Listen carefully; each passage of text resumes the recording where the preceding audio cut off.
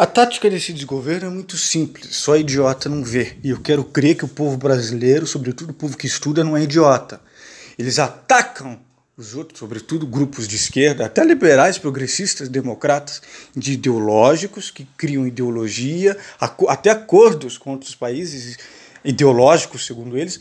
Eles atacam, né, para enganar o povo fanático trouxa, enquanto eles sim atuam com ideologias obscurantistas, da direita mais atrasada, anacrônica e radical e extremista, o que esperar de um desgoverno ligado a milicianos, assassinos e grupos de extermínio. Então eu acho que o Anísio Teixeira, diante dessa notícia aqui que eu vou explicar melhor para vocês, deve estar chorando. Ele que enfrentou duas ditaduras, a ditadura Vargas, né, e depois do golpe de 64, onde inclusive ele morreu por uma morte suspeita, né? É quase claro pelos documentos e notícias de que ele morreu por causa dos militares. Ele que lutou, contra os setores mais conservadores e retrógrados da sociedade brasileira, religiosos e tal, por uma educação livre, laica, republicana, civil, de qualidade, gratuita, pública, múltipla, plural e democrática, como manda inclusive a nossa Constituição de 88, que essa gente, que esses apologistas da ditadura e da tortura, né, que estão no desgoverno atual, atropelam. Anísio Teixeira, que foi o maior presidente do INEP. Tanto que hoje, ele reformulou as bases para uma educação brasileira que foi impedida. Primeiro pela ditadura lá do Vargas, com influência nazifascista de Mussolini, Hitler. Depois o Vargas mudou completamente, quando ele retorna depois da Constituição de 46, que garantiu uma série de aberturas democráticas e liberdades, ele volta a outro. Mas a ditadura Vargas, e foi impedida pelo golpe de 64, né, junto com Gilberto Freire, Paulo Freire, Gilberto Freire, Florestan Fernandes, né, Darcy Ribeiro, Gilberto Freire, nem tanto, Darcy Ribeiro, Paulo Freire e Florestan Fernandes e o Anísio Teixeira, né, foram impedidos, né. Então, o maior presidente do INEP, Anísio Teixeira, tanto que hoje o órgão leva o seu nome. Isso aqui é lamentável para professores, educadores e estudantes do Brasil que possuem uma cabeça condizente com o que está acontecendo no resto do mundo. Olá, amigos. Eu espero que os deputados, os senadores, que têm agido assim de prontidão a cada desmando desse desgoverno de extrema-direita bolsonarista, eles ajam também em relação a isso aqui que eu acho grave, né? A comissão terá 10 dias para analisar Enem e recomendar exclusão de perguntas por motivo ideológico. Primeiro, meus amigos, quem é o aluno, o jovem, o estudante e até adultos que fazem o Enem, que vai ser idiota de fazer uma prova que vazou, que foi vazada para membros do governo e para gente da sociedade? Quem? Isso é o ponto principal que os deputados e senadores vão ter que chamar esse ministro da Deseducação para explicar a criação dessa comissão. Veja, eu vou ler daqui a pouco, mas essa comissão vai ser formada por três pessoas, parece. Um representante do MEC, obviamente alinhado ideologicamente com o charlatão Olavo de Carvalho, com esse grupo obscurantista. Eles não são nem liberais, eles são pré-modernos. A crítica que eles fazem da esquerda e dos setores progressistas é pré-moderna, né? Não é nenhuma crítica liberal. São preconceituosos, etc. Completamente anacrônicos em relação ao pensamento contemporâneo do mundo, do que está sendo estudado no mundo, dentro e fora das academias. Bom, um representante do MEC, um representante do INEP, né? Detalhe, ambos, tanto do MEC quanto do INEP, em cargos indicados, não técnicos, não são técnicos, são indicados, né? Não representam a sociedade brasileira. E segundo eles, representante da sociedade civil, que na verdade não representa a sociedade civil coisa nenhuma, né? Porque se trata, anotem aí e procurem, se trata de Gilberto Calado de Oliveira, é mais um daqueles medíocres que ninguém sabe de onde vem, que de repente se arvora no governo, no MEC, que é, se eu não me engano, é o segundo maior orçamento da União, né, de uma pasta assim vital de todo o país, que é a educação, e ele se diz monarquista, um sujeito que se diz monarquista, um sujeito que vive no século XIX, meu Deus do céu. Então, eles vão pegando tudo que tiver ideologia de gênero, tudo que tratar de racismo, LGBTfobia, tudo que está sendo estudado no mundo.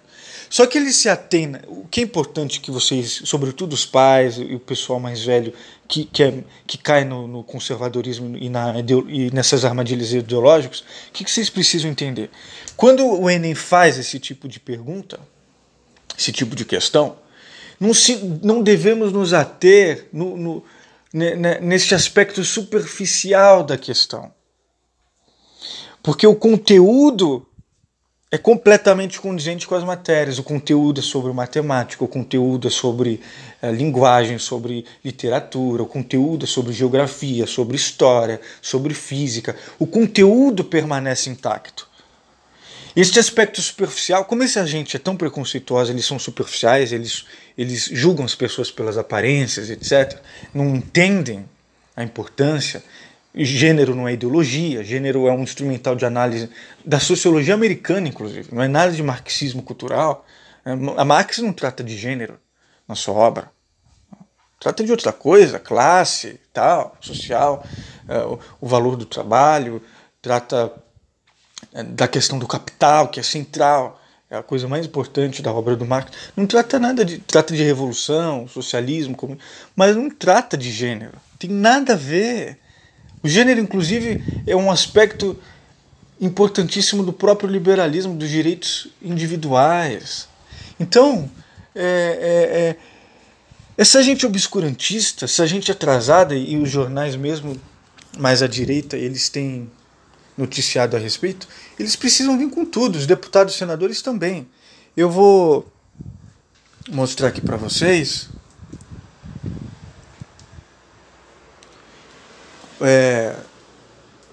no perfil do Professores contra o Escola Sem Partido.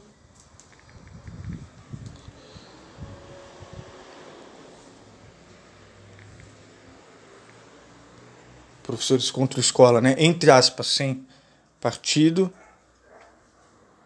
Olha lá, o MEC fez um grupo de trabalho que são 3 pessoas para definir o conteúdo do Enem. Um representante do MEC, um do INEP, ambos em cargos indicados, não técnicos, e um representante da sociedade civil, que não foi a sociedade civil que escolheu, que não tem experiência nem reconhecimento na área de educação, muito menos do ensino médio. Né? Jogue no Google o nome da criatura e horrorizem-se. Gilberto Calado de Oliveira.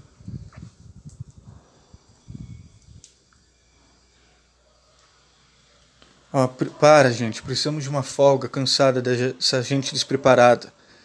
E eu que estava pensando em fazer Enem esse ano, socorro. Não tenho formação, conhecimento e experiência para tratar de educação. O fato de ser monarquista é a cereja no bolo de merda. E esse, sabe, eu estou enojada, que monstruosidade é essa? Esse é o Brasil que votou em Bolsonaro. O Brasil vai merecer isso? Será que o Brasil merece isso? O primeiro ponto que eu falei é importante. Quem é idiota de fazer uma prova que foi vazada? Bom, eu vou ler a notícia aqui do jornal GGN, que eu acompanho muito, porque eles fazem críticas importantíssimas, inclusive, sobre a Lava Jato. Que eu chamo de farsa jato, agora que caiu a máscara. Como vocês têm acompanhado aqui no meu canal.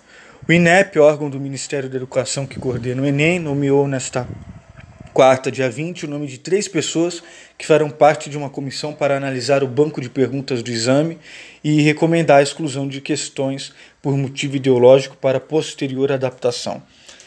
Farão parte da comissão o secretário de Regulação e Supervisão da Educação Superior do MEC, Marco Antônio Barroso Faria, o diretor de Estudos Educacionais do INEP, Antônio Maurício Castanheira das Neves, e o representante, entre aspas, da sociedade civil, Gilberto Calado de Oliveira, que é procurador da Justiça do Ministério Público de Santa Catarina. Tinha que ser de Santa Catarina. Eu tenho contatos aí em Santa Catarina, que são de esquerda e tal. Mas Santa Catarina tem um histórico nazista, né? O Oktoberfest foi um show esses 2 últimos Oktoberfest foi um show não só de bolsonarismo, mas de nazismo declarado.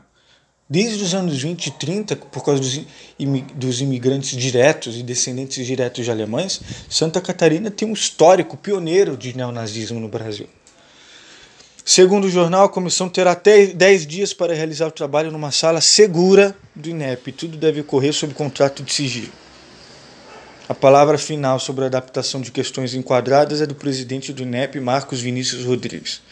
A Folha explicou que as perguntas não poderão ser simplesmente descartadas, porque o Banco Nacional de Itens passa por rigoroso processo de produção e envolve alto gasto de dinheiro público. Por isso é que questões dissonantes serão separadas para posterior adequação, testagem e utilização, se for o caso. Ideologia de extrema-direita. A Folha anotou que esta é a primeira medida tomada pelo governo Bolsonaro para interferir em conteúdos educacionais. É uma promessa de campanha de Bolsonaro reafirmada pelo ministro da Educação, Ricardo Vélez Rodrigues, que eu chamo ele de ministro da Deseducação. Bom, então é uma matéria que a própria Folha colocou, vou deixar o link desta aqui da Folha, mas eu já adianto que isso precisa de uma resposta violenta dos deputados e dos senadores e da nossa sociedade civil. Você que é pai, você que vai fazer o Enem, você que tem gente jovem do ensino médio ou não que vai fazer o Enem, como é que vão fazer? Primeiro, como é que vão fazer uma prova vazada? Segundo, como é que vão fazer uma prova ideologicamente preparada para criar gente imbecil, robotizada, sem crítica social, desvinculada totalmente do pensamento contemporâneo, estudado no resto do mundo inteiro, estudado inclusive dentro das nossas universidades, né? O conteúdo de exatas e humanístico que há nisso. Isso precisa ser muito bem criticado, divulgado e impedido. Essa comissão é ilegal, eu diria até que é inconstitucional. Bom, se inscrevam aqui que eu farei mais vídeos sobre isso, sobre esse desgoverno de milicianos assassinos, grupos de extermínio, né? Corruptos laranjas, gente da pior espécie obscurantista e que quer acabar com a previdência do povo, junto com Paulo Guedes, serviçal de banqueiros, dos bancos, acabar com a aposentadoria do povo, e do lado do Sérgio Moro, que é dizimar não só o povo pobre, periférico, mas todos nós, porque policial pode vir aí matar, né? Não são todos os policiais que são assim, mas eles estão aí, né? E vão falar que foi por legítima defesa. Então é lamentável, é preciso uma resposta violenta. Em relação à reforma da Previdência, já tem as datas, procurem aí, para os protestos.